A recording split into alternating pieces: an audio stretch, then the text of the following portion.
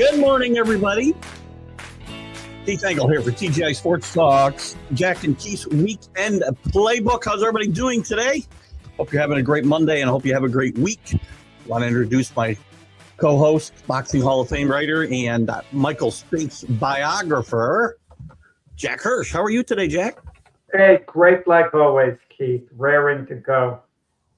We hope everybody on Facebook, YouTube, and the McGrath Podcast Network. I got to mention that we're on live, and check out all the groups that are always scrolling at the bottom. They're just a couple of our favorites of the dozens that let us share this show after we're done. So thank you. An exciting weekend at least in golf. I mean, we had some baseball, obviously, and the NBA playoffs are finalized, which we'll get into. But the golf was just crazy. I know you're not the biggest golf fan, Jack, but I know that even you were riveted to this up and down, back and forth, 4 different leaders yesterday. And Rory McIlroy becomes the 4th man ever to win back-to-back majors. What a great day in golf. I watched all day yesterday, believe it or not. And I'm astonished because I'm not a golf fan. I mean, I know a little bit as being a sports fan, the players who are involved. But I was watching, the whole third day. I mean, it was riveting what was going on because you're going to have the Masters champion decided.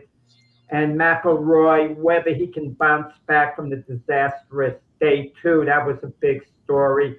Because it would have been one of the great collapses in Masters history from day 1 to day 2 with him if he didn't regroup and win this tournament. But Keith, so much luck is involved in this as well. I mean, that one shot by McIlroy at the end that looked like it could have just cleared the water. Yep. And it could have spun backwards into the water. Instead, the ball went forward. If it spun backwards and went in the water, we're talking about Scotty Scheffler as the Masters champion today. 8 out of 10 times that ball's probably going to roll into the water in that spot. From my experience in watching this. And Rory, I have to tell you, he held a record lead after 2 rounds, and we thought, and CBS, I'm sure, was very happy that he didn't extend that to 11 on Saturday. But to me, and he didn't play great on the front 9 yesterday either. He fell 2 strokes behind, but he just took off on the back 9. And Justin Rose, heartbreak for Justin Rose. 2 years in a row, he lost in a playoff to Rory last year. And this year, he took the lead. He was rolling in this tournament, and then wheels just came off around Amen Corner, really. But Rory McIlroy, in my mind, won this tournament Saturday when he could have fallen 4 or 5 shots behind. He played horrible golf. He only finished 1 over, and he lost all of that lead. We know that. But he could have lost 4 or 5 more strokes to par. He scrambled around that course very well, and you got to give him credit for a bad round that he turned into not making it a disastrous round. So I think he won this tournament Saturday. It's interesting, Keith. After day 1, when he was up 6 strokes, they interviewed him, and he was talking, well, it's not over, and anything could happen, this and that, and you think he's just talking like a coach would who's up 25 points entering the 4th, period in basketball. You basically have the game won. But of course, anything could happen, but it's so highly unlikely. But you're saying, well, it's not over. We've got to close it out. They're not going to hand us anything. But who would have thought, his words had reality to it? I mean, that it actually transpired. It wasn't over, and his lead evaporated.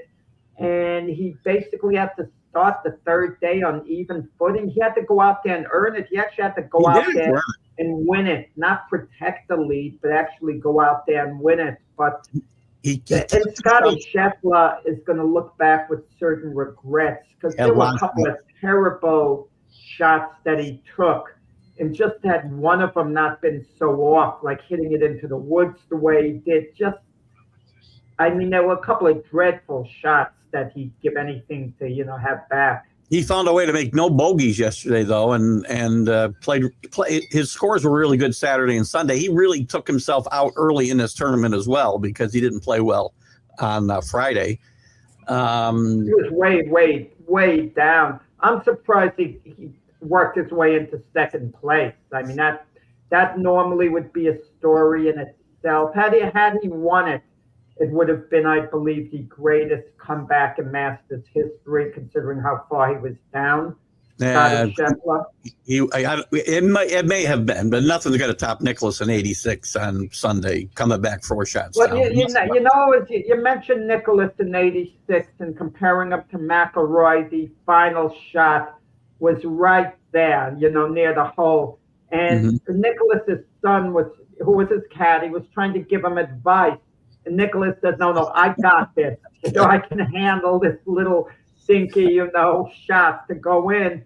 And you wonder with McIlroy, I mean, I compared that last shot to a basketball player standing all alone by the hoop, a tall guy, and telling him to dunk the ball unguarded. You just have to dunk it and it's all over. And somehow there's always that little element of the doubt that he's going to hit the rim and the ball's going to bounce out. So till the very end, there's this tiny element of doubt. Don't mess this up. It's so ridiculously easy. But McIlroy knew before the last, shot, it was all over. You could tell his expression, his attitude. He just wanted to get it over with. It makes a big difference going into 18 with 2-stroke lead instead of 1, because he made it interesting on 18. He hit the ball so far right, but he hit it so far right, he had a little bit of a shot. That bunker shot was a little challenging. In fact, from that very spot, Bryson DeChambeau missed a cut Friday because he took 3 shots to get out of that bunker on Friday. So it wasn't a given until he made that bunker shot. Well, his next to last shot, McIlroy made a really nice shot to get the ball right at the hole. That was the key thing. Had he made a bad shot and had been, a bit further out on the last shot, it would have been super interesting. Once he got out of that bunker, he was not going to 3-putt that green. So I think, because he had a shot in hand, right? He could have missed that putt and still won the tournament because he had a 2-stroke. Justin Rose at one point, you're right, was rolling. He was really rolling. A 2-stroke lead.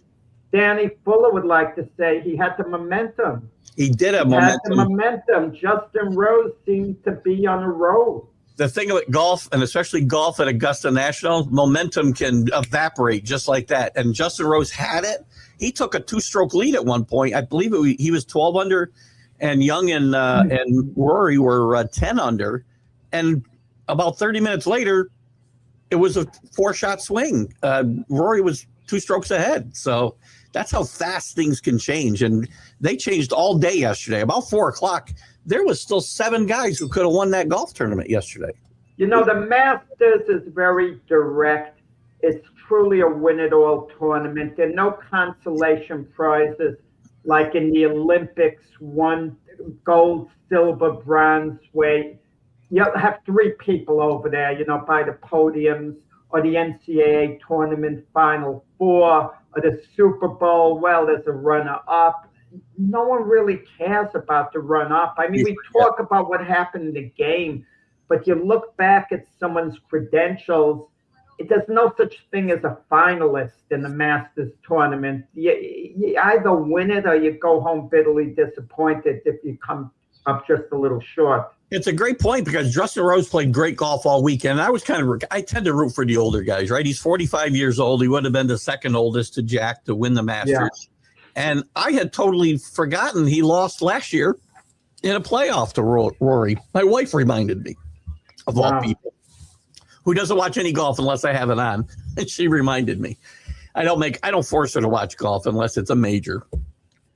And she actually enjoyed it herself yesterday. So she's barely even a casual fan. So she really enjoyed this yesterday. And I don't think you need to be a golf fan to enjoy that type of drama that you saw yesterday. Well, I'm going to tell you, for next year's Masters, McIlroy will have a chance to make history. The first man to ever win it 3 times in a row. And that's going to be the big story of the event next year. 100%. I got to tell you, though, this happened. They did this, actually. They Tiger-proofed that course when Tiger was playing because Tiger was just destroying the course. These guys are eating it up alive. We didn't used to see guys shoot 13, 14 under par at the Masters. You'd win at 4 or 5 under. But these guys are so long. The equipment and also the training is so good today that, I mean, I feel like, and some of the guys have talked about it. Tom Watson talked about it on Thursday, that he felt they needed to do something with the golf balls or the equipment to shorten these guys, because these guys are hitting. Rory is hitting 6 irons, 230 yards yesterday. That was all of a 3-wood and a driver for some guys back in the day. So, and I love CBS, their technology. They show the ball in the air eloquently, like an arrow, going high up, going down, and you look and you're watching the crowd, like looking to see where the ball's going. How can you see where it's going? It's so darn far.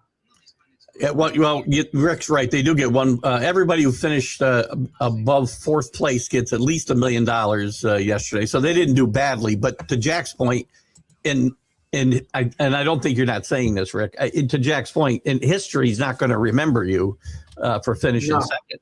Exactly. I mean, when you look back historically, look at the past winners. No one knows who the run-up is unless it's, basically a tiebreaker situation. And even and look, in the greatest example, your wife had to remind you of what happened last year. I just remember you basically just remember it. You just remember the winners. I wonder what the ratings want, CBS, and I wonder whether or not Tiger Woods still has an effect. Now, obviously, CBS would want him to play because he certainly doesn't hurt the ratings had he played, even though he'd have absolutely no chance, winning. I mean, Tiger Woods wouldn't break into the top 10 or top 20. But, I think at this point, television in general, CBS specifically, because there are other networks that cover the early rounds of this. And I want to touch on that real quick before we stop talking golf. I think CBS now is better for Tiger not playing because they focus too much on a guy who's not going to win the tournament. Yeah, but you never know the mentality. Years ago, when Jack Nicklaus and Arnold Palmer were far past their prime, they won the Masters. One was in 22nd place, the other was in 24th place, but the cameras focused on the two of them going at it. That was the big thing. Nicklaus versus Palmer. It's a take back to the glory days. And they were following it, and Palmer happened to beat Nicklaus that day. Nicklaus is a far superior golfer to Palmer.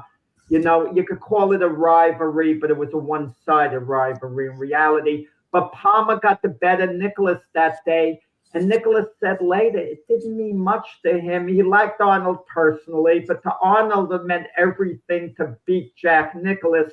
So even though Arnold finished just a little over, I forgot what place, maybe 21st when all was said and done or whatever, to Arnold, just the idea he beat out Nicklaus was nearly the same as if he won the Masters that day. But Tiger does. I don't think Tiger has a foil to go against that way. But you kind of wonder if Tiger could have played and gotten in the top 20. Would it have given him a lot of satisfaction? Would we have been focusing on him? We're talking about Tiger now. Just the idea. He still means ratings as despicable an individual as he could be at times. Tiger did have a foil. That was Phil Mickelson. That was Turner.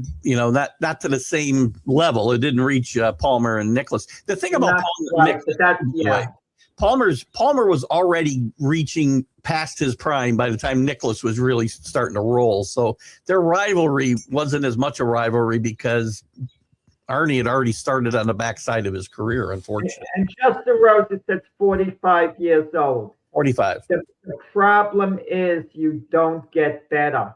No, no pun intended with tennis. You don't hold serve at that age. It's very hard to hold serve.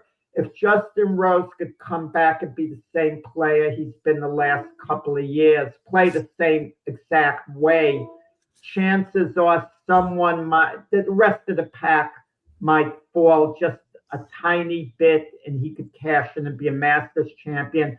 But at some point he's going to decline.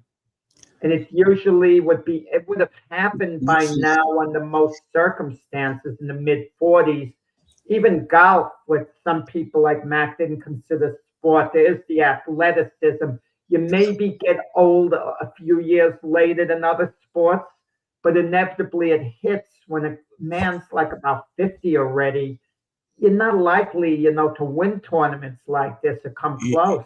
You're not, and he's an easy guy to root for. In fact, one of the great things about this tournament yesterday is everybody on the leaderboard was very easy to root for. There was nobody that you didn't like. There was no Brooks. Scheffler. Scheffler's an easy guy to root for. I love Scheffler. Easy guy. Easy, I think. Didn't he have some controversy hanging around him a while ago? Well, in fact, it might have been last year's Masters. Maybe it was 2 years ago. He got stopped by the cops coming to the course to tee off, and they took him to jail for whatever reason. But he didn't really Those are the type of guys you root for, him and Tyreek Hill. But Scotty Scheffler might be a great guy. I'm only joking. He might be a super wonderful guy. I'm joking. Compare Scotty to Tyreek Hill. They were both stopped. I mean, it was a big misunderstanding is what happened. No, Scotty Scheffler might be a wonderful, wonderful guy. He can be a little short. He can be a little short with people. In fact, after round three. A little more is coming out. The more we talk, but he's not hard to root for in my mind. And again, maybe people don't like him. I don't know. I do. He was short with an answer on Saturday because a guy led off with the stupidest question he could ask. He shot 65 on Saturday, which was the best round anybody shot. I think Cam Young shot the same thing on Saturday. I don't mind. But they asked him, Jack, what could you have done to play better? He goes, dude, I just shot 65. That's the stupidest question I ever heard. Yeah. Come on. If he shot 72, then you ask him. But I don't think it's the dumbest question. As good as you, I get it. The guy pitches a 2-hitter in baseball. What could you have done to pitch better? Yes, he missed shots. I understand him being a little annoyed. Yeah. Differently is what, and he didn't do it nastily, right? He kind of laughed afterwards. He's like, dude, really? That's your question? Yeah, no, he's correct. Scotty Scheffler is correct. So, and he was interviewed afterwards. Yeah. I don't know whether you saw it. And he was disappointed. You could tell. He tried to put on a happy face, but he couldn't quite do it. Because he knows there were missed opportunities. There were several shots he would love to have taken back. It hurt because when all was said and done, he's probably thinking, I actually could have won this thing. Listen, Rick, yes, he went around a blower block and ignored. There you go, Rick. Thanks, Rick. I thought there was something with Scotty. He got taken to jail. He got taken to jail, put in a jumpsuit, and they took a freaking mugshot of him like 3 hours before he's supposed to tee off. That was bull crap, and it's always going to be bull crap. I'm not saying he shouldn't have done what he did. I never said. Listen, you can't have it both ways. Then you got to exonerate Tyreek Hill. You don't take people to jail for going around a roadblock. Well, no. He may have given him a hard time. He had a couple of words with the officer, and okay, a few words for the officers. I get it. We have players. We have people in sports that kill people and beat up women, carry guns everywhere they go, and they're let to go do about their life. Scotty Scheffler goes around a roadblock, and we take him to jail. I mean, come on, stop, just stop. We got to stop. Anyway, the good thing about you mentioned something earlier before we get off the Masters. I wanted to mention two things. Prime Video, Amazon Prime had a lot of the coverage of the first two rounds. They did an exceptional job. I was mortified that this was going to be awful. They did a really good job, and I want to give them some kudos. And also, you talked about the old timers playing. The great thing about the Masters is once you win, you're entitled to play. Yes, entitled to play as long as you want. Like Freddie Couples is still playing and normally plays pretty well. He didn't make the cut this year because he blew up at the end of round one. He was 3 under and just shot a quadruple bogey. But I'd like entitled to play and go there and catch the excitement. But yes. Does anyone outside of you is aware that Freddie Couples was playing? Absolutely. Anybody my age was watching and rooting for Freddie. We root for the old guys. Jose Maria. Yeah, no, I understand what you're saying. I understand. You just don't want them to embarrass themselves at a certain point. Most of them know when it's time to step away. Arnie knew when it was time to step away. You know, when he I think his last Masters round was like 84 or something, and he said, "I'm not doing this ever again." You know, so yeah. And the funny thing about it, that would be a respectable score for the average guy going out to play golf, but not if you had a Masters tournament. Yeah, I agree. Anyway, great round, and good congratulations to Rory on a tremendous victory. Only the fourth guy to repeat. Jack. And you're right about one thing, Keith, that about CBS. If Rory McIlroy had an overwhelming lead going into the last day, chances are people like myself wouldn't have been watching, you know, the whole time the way I did. But with the tension mounting and it being up for grabs like that, yeah, it made all the difference. That's a winner for CBS for sure. Let's pivot to the NBA. Last day of the season yesterday. And yesterday we were calling it Seeding Sunday, and it was an interesting turnout. The Knicks, who looked like they were going to get the Raptors, because I thought the Hawks would win and the Raptors would win. The Hawks lose yesterday, and they get the Knicks in the first round instead of the Raptors. They were 2-1 against the Hawks. They just beat them here, I don't know, a week ago, maybe a little longer than a week ago. They did. When the Hawks missed a shot that was a fraction of a second after the final buzzer, they threw up a heave past midcourt that hit the backboard and went in. Yeah, and it would have sent the game into overtime. The Hawk-Knick game. The Knicks survived that. This is definitely a tougher matchup for the Knicks than the Raptors, who they're 5-0 against during the regular season. The Hawks are 20-6, I think, since the All-Star break. Been playing great basketball. I think they win this series, but it does set up the possibility of a first-round exit for the Knicks, I think. No, the Knicks are more likely than not are going to beat the Hawks, but they're going to have to bring their A game. That's what the problem is. If they played the Raptors, they could have beaten them with their B game. But it's going to be a tough series against the Hawks. The Knicks should prevail. The problem is now you're going against the other big three who you have to survive against. And I believe, if I'm not mistaken, the Knicks would be matched with the Celtics in all probability. I'm not sure, because Cleveland won yesterday. The report was they were looking to tank so they could play the Pistons instead of the Celtics. Yeah, I'm a little confused here, but regardless. The way I see it, they would get the Celtics in the second round. Yes. But regardless, the Knicks, they'll have a tough series with the Hawks. I think they'll win. Then it's a 50-50 series against the Celtics. And then they'd have to play the Cavalier Piston winner. They're going to have to beat three. And I'm going to call the Hawks an elite team for the playoffs, at least. Okay? That's the way fair. They're playing. That's fair. So they're going to have to beat three elite teams, 3 series in a row to get to the finals.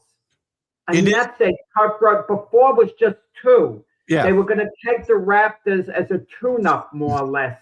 They would have been forced to play the Raptors, but the Raptors would have been a warm-up, basically. Raptors would not have represented a serious threat. You know, their best player being Scotty Barnes, who I like a heck of a lot. But they weren't going to lose to their old guys like Barrett and Quickly.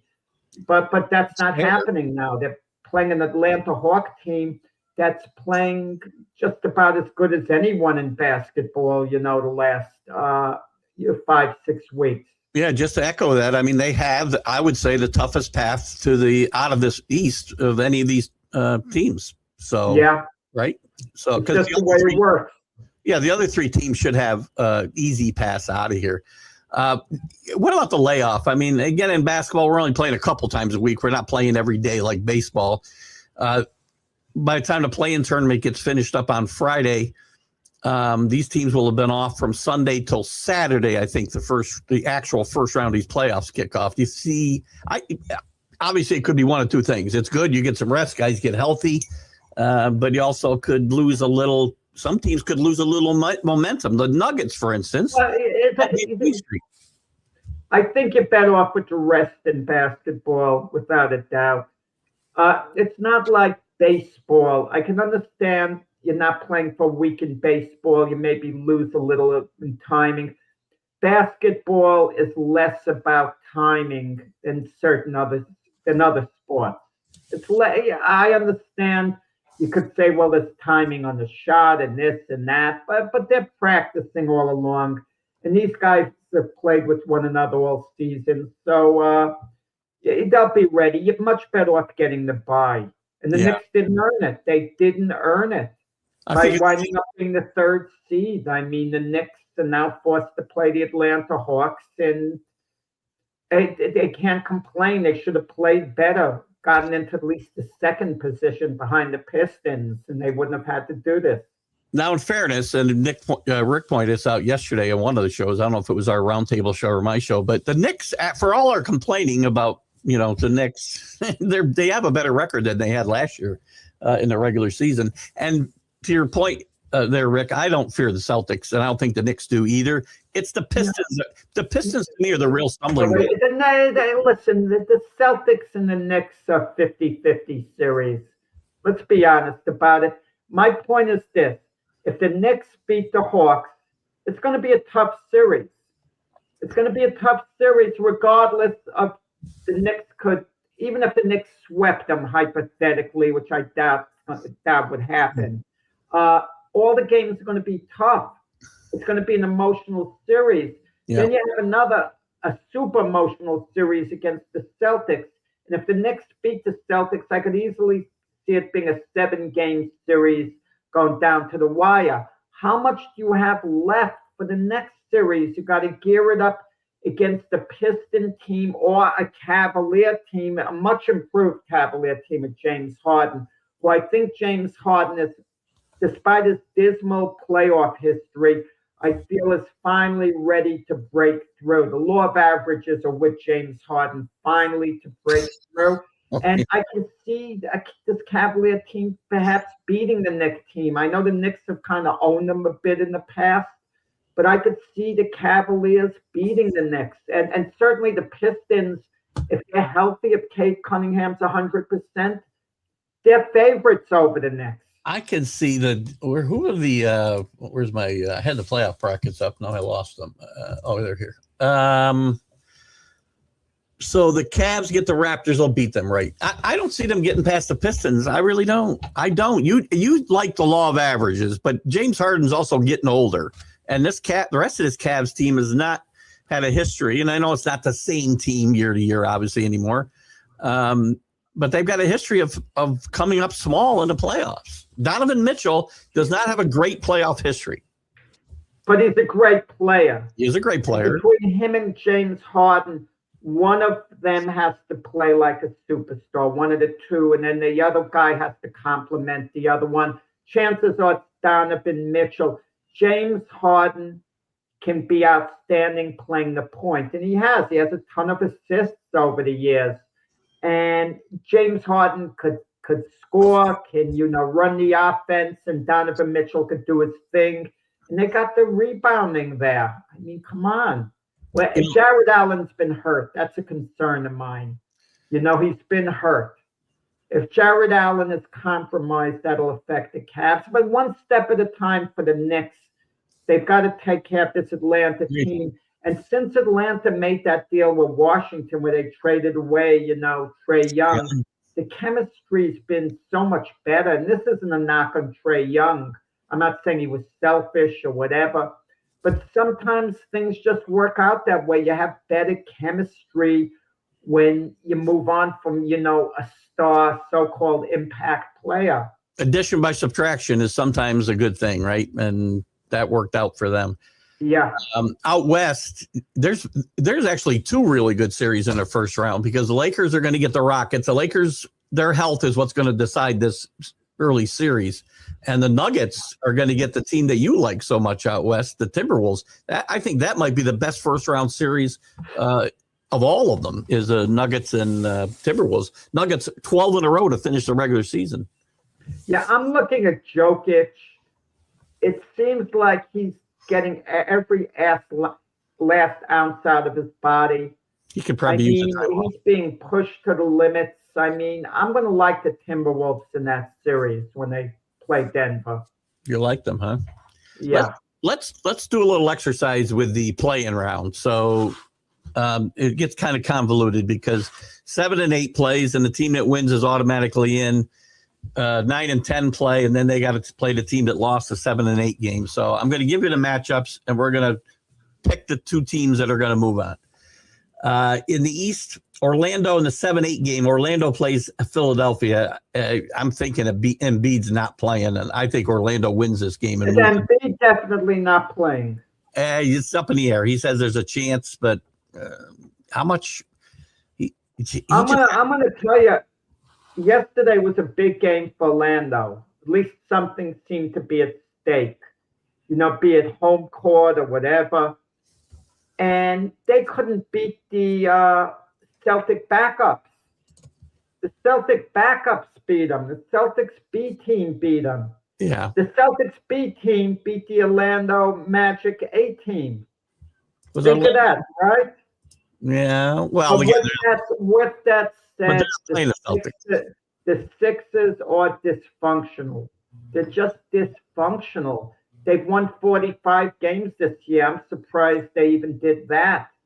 I'm going to go with Orlando, despite Orlando being one of the big disappointments in the NBA this year. Even though they made the play-in, they had a winning record. They were disappointing. The Magic was supposed to be a team of the future.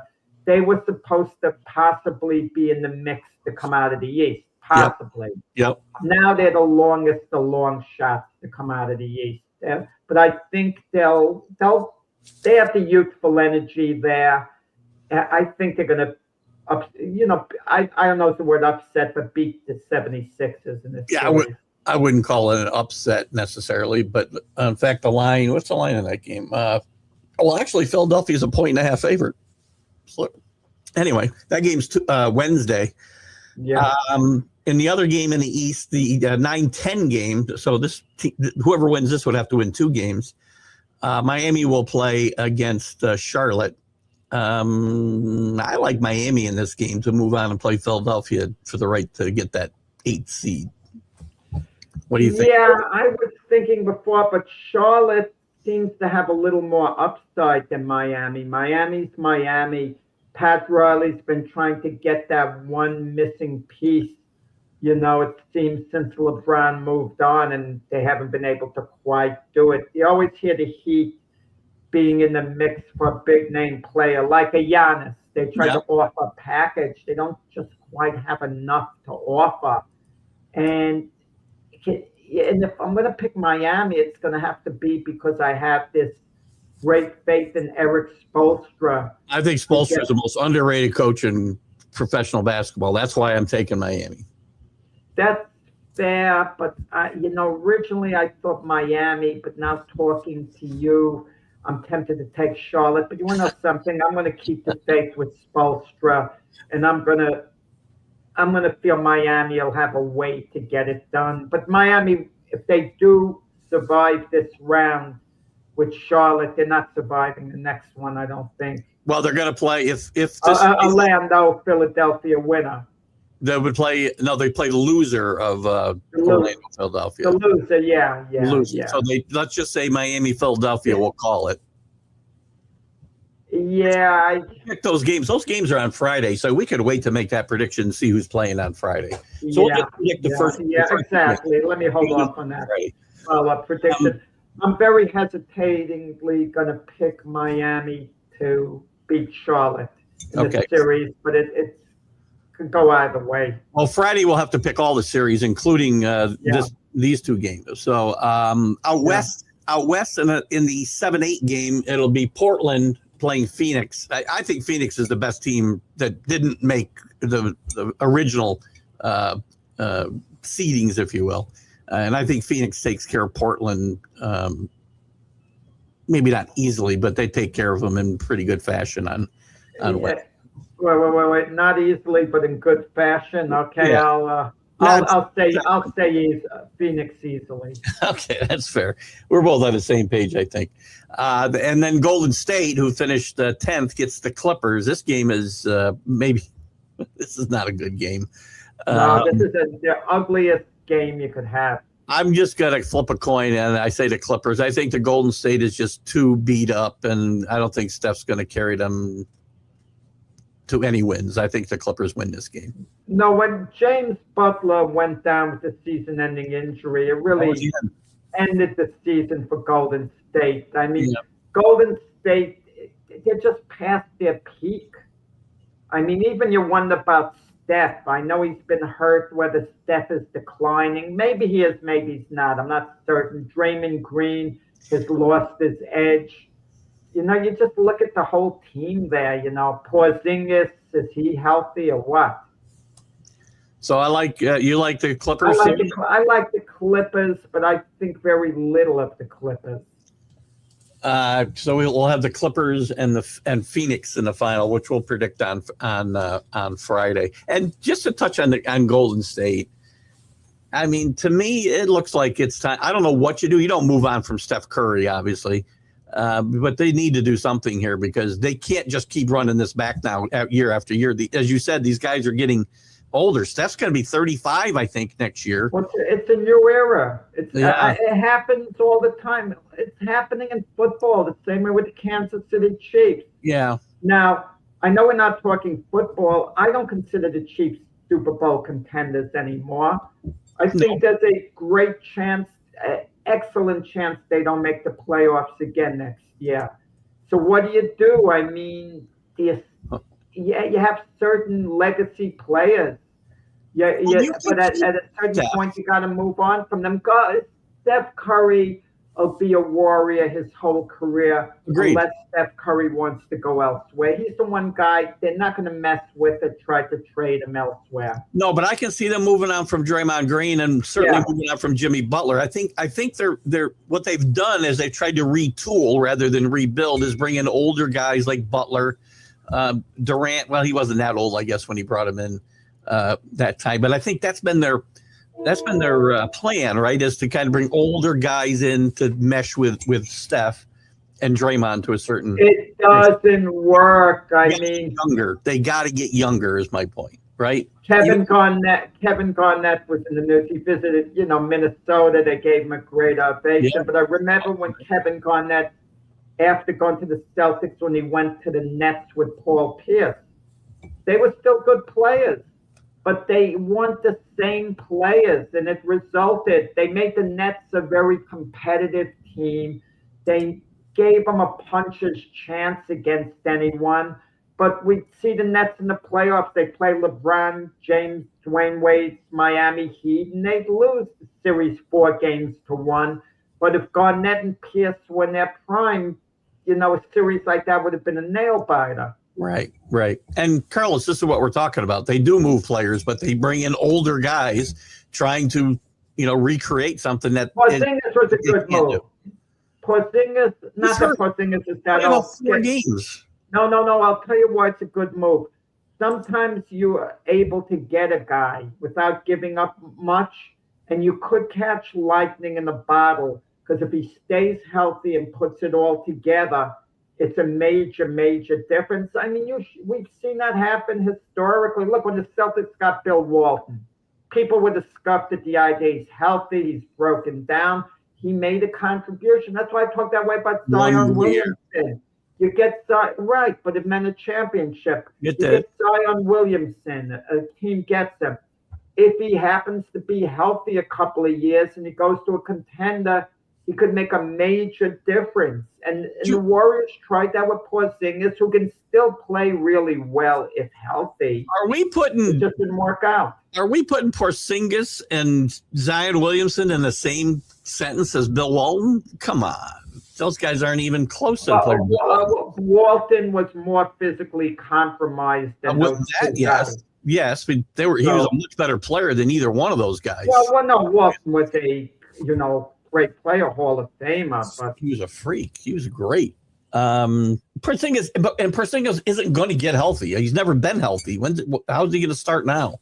You know, you don't get healthier. He's been healthy at times. There's an injury history, but sometimes you hope a guy stays healthy. Look, I've heard this nonsense even in baseball when I do the show with Mac and Paul Semendinger. Well, Aaron Judge is injury prone. I wouldn't give him the money he's asking for. I'd trade him away.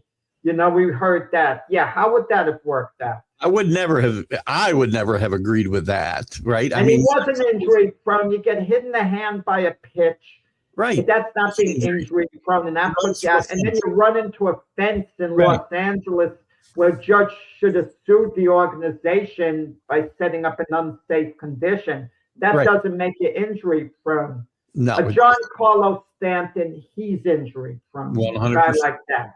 Yeah. We know how I feel about him, so we won't get into that. Well, Yankee fans love him, so. So I know. Well, they love him when he's doing well and he's playing well. He's about to go into about a 4-week snooze, so get ready for it because it's coming. What other news we have in the NBA? Doc Rivers lasts about 5 minutes after the Buck season ended yesterday and got fired. No surprise there. Can I say something? I like to use the term gold card. Never before.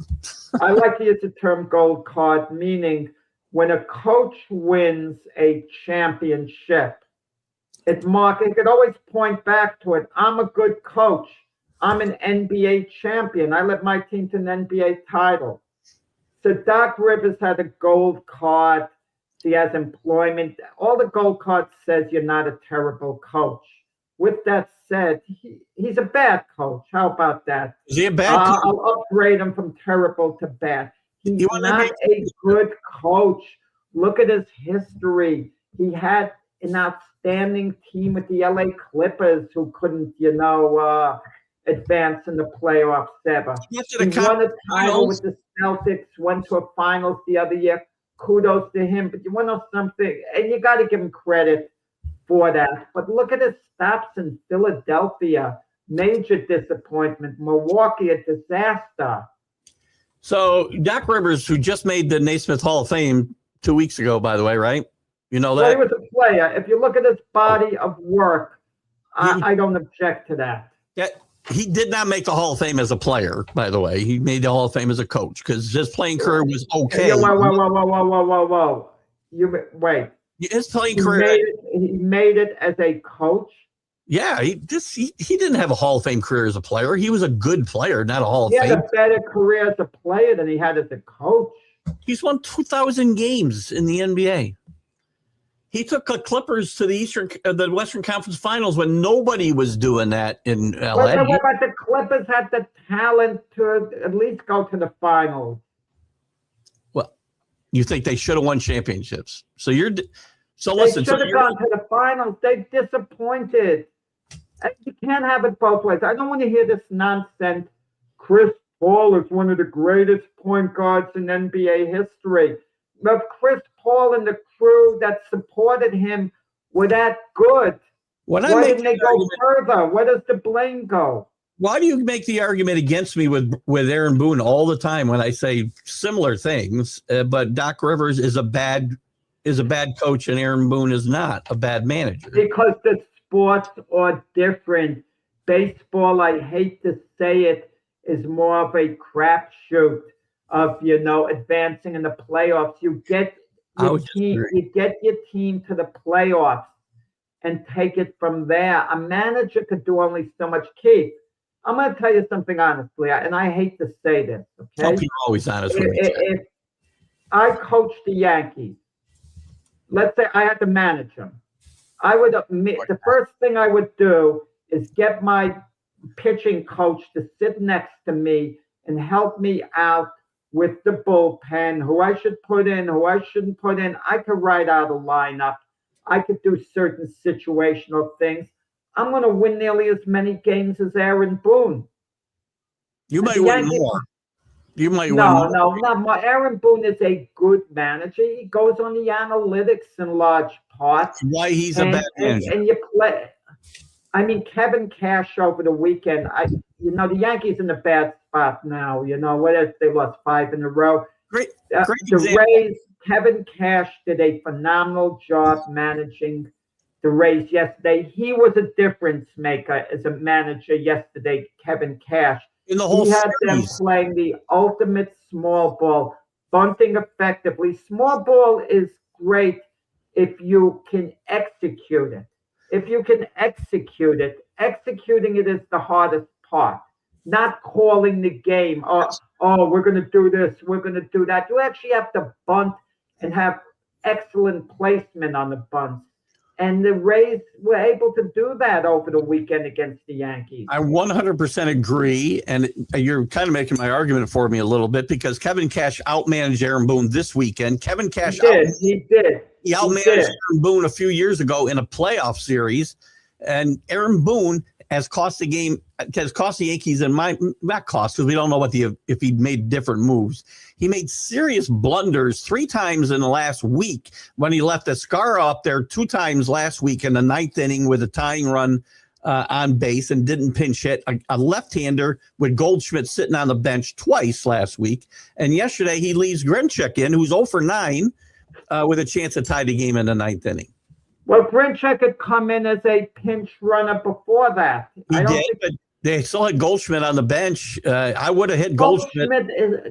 I agree. I'd rather have Goldschmidt up than Grichuk. I agree with you on that.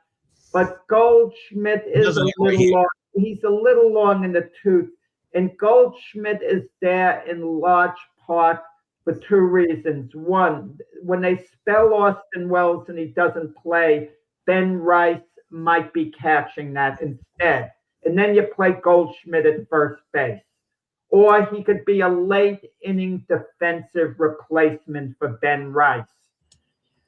I agree. Goldschmidt still eats left-handers. It wasn't a left-hander yesterday, to be fair.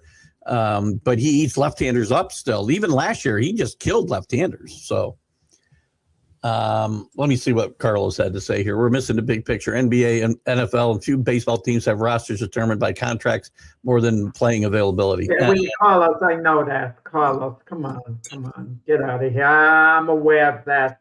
Contracts decide who's on what team or whatever. It does. Yeah. Yes, well, it doesn't always decide playing time because there's a lot of guys making a lot of money not playing, by the way. So. Yeah, it could. No. The point is, it does. If you're paying a guy more money, you're feeling he's better, you're going to play him. But it does. A guy with a big contract is going to hang around longer. A perfect case in point, we were talking about John Carlos Stanton. Yes. If Stanton didn't have that big contract, as effective as he is at times as a DH, Yankees would have moved on from him. About 3 years ago. Or they would have about 3 years ago. You're right.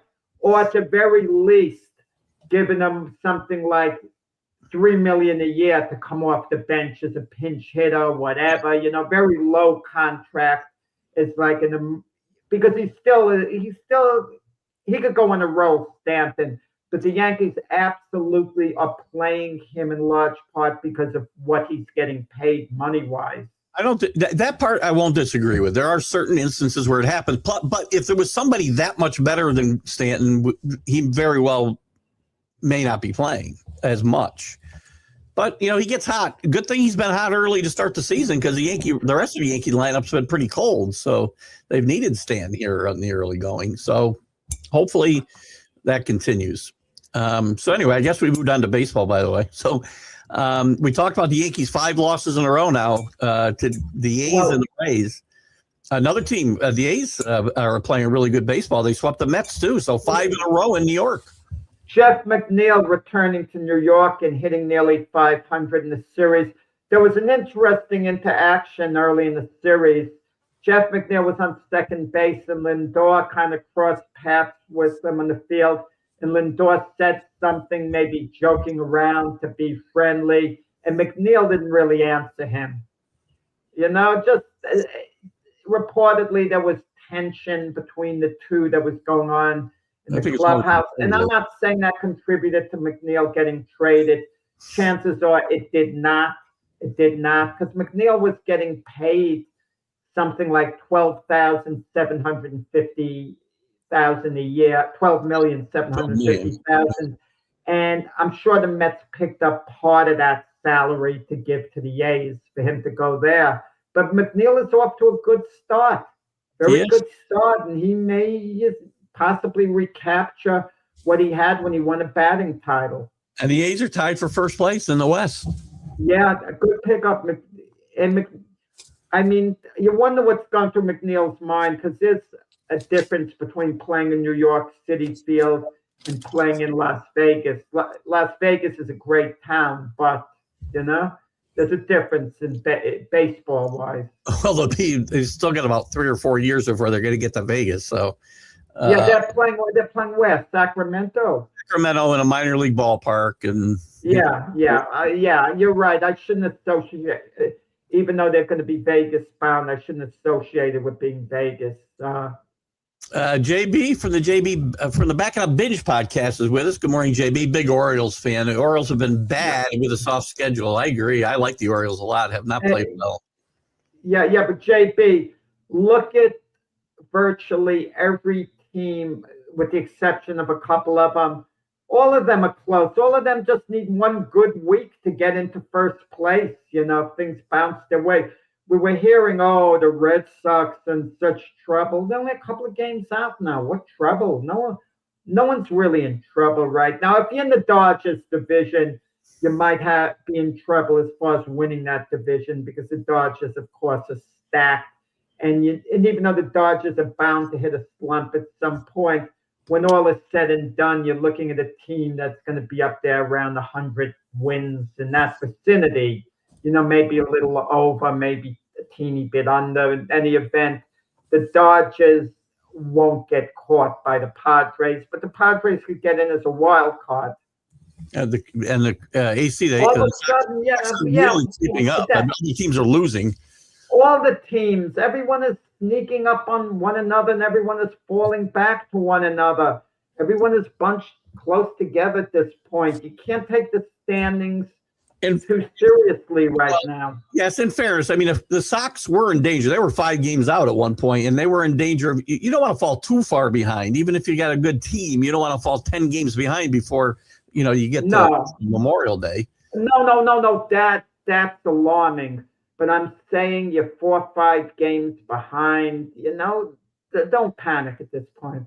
McNeil has no pressure with the A's, Carlos. Well, he won a batting title with the Mets. Did he have pressure there? Yeah. Pressure's a good thing to have. Yeah. I don't want to hear that, any player who doesn't feel pressure is not going to succeed. That's a great point. But and McNeil's not one of these guys. I know you don't agree with necessarily.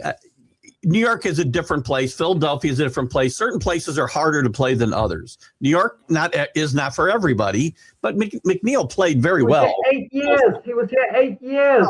The fans liked him. It didn't hurt him. I'm not saying McNeil falls into that category. I'm saying he does not fall into that category. But some guys. It could. Well, you have bigger crowds here, it seems, and maybe a little bit louder.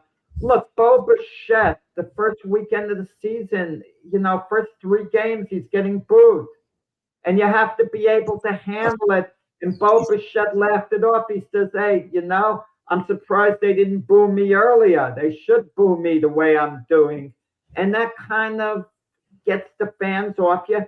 You know how you shut the fans up? Just get a couple of hits and just perform. And if you're going to start really letting it get to you, I don't think it depends on everyone's personality. Someone like A-Rod, he was booed a lot, but the fans. I went to a game. This is how old I am. You're going to like this story, Keith. This is a true story. As a kid, I went to a Yankee game. Roger Maris is up. They were giving him an awesome booing his last year with the Yankees. An awesome booing him something bad. He hits a home run. They're all cheering.